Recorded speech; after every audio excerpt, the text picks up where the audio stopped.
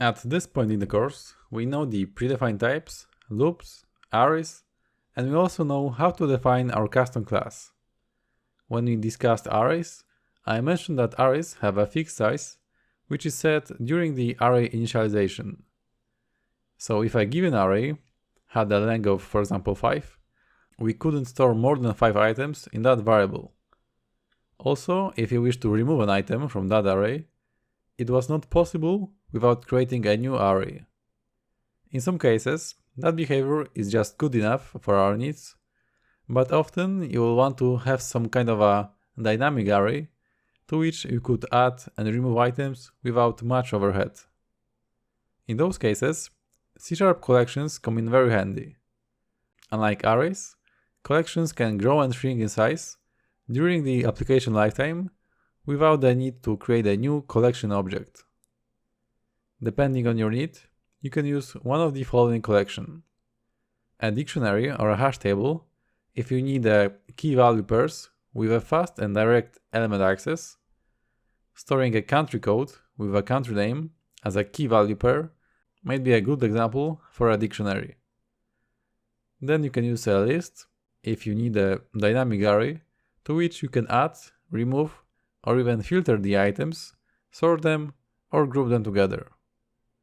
And also there is a queue or a stack if you need a first in, first out, or a first in, last out element access.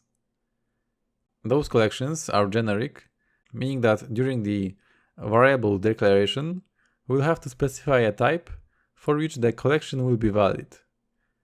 So for example, to create a list of int, you can write the following code.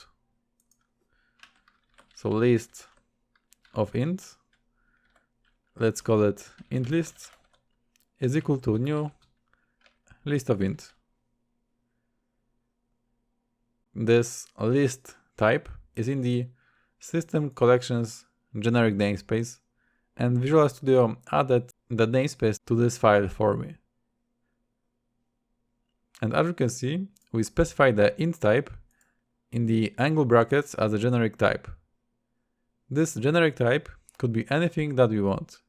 It could be, for example, a list of person type, a list of string, but in this example, we'll just go with the list of int.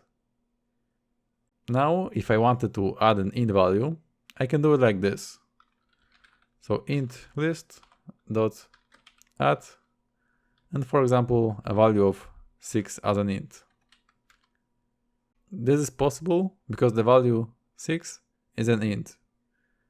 But if I wanted to add a string value to this list, so for example like this, so int list dot add and 7 as a string, this line of code will give us the compilation error stating that we cannot convert the type string to int. And of course, this rule applies to any other type than int, not only the string. So using generic collections will ensure that all of the elements in a given collection are some values of a given type.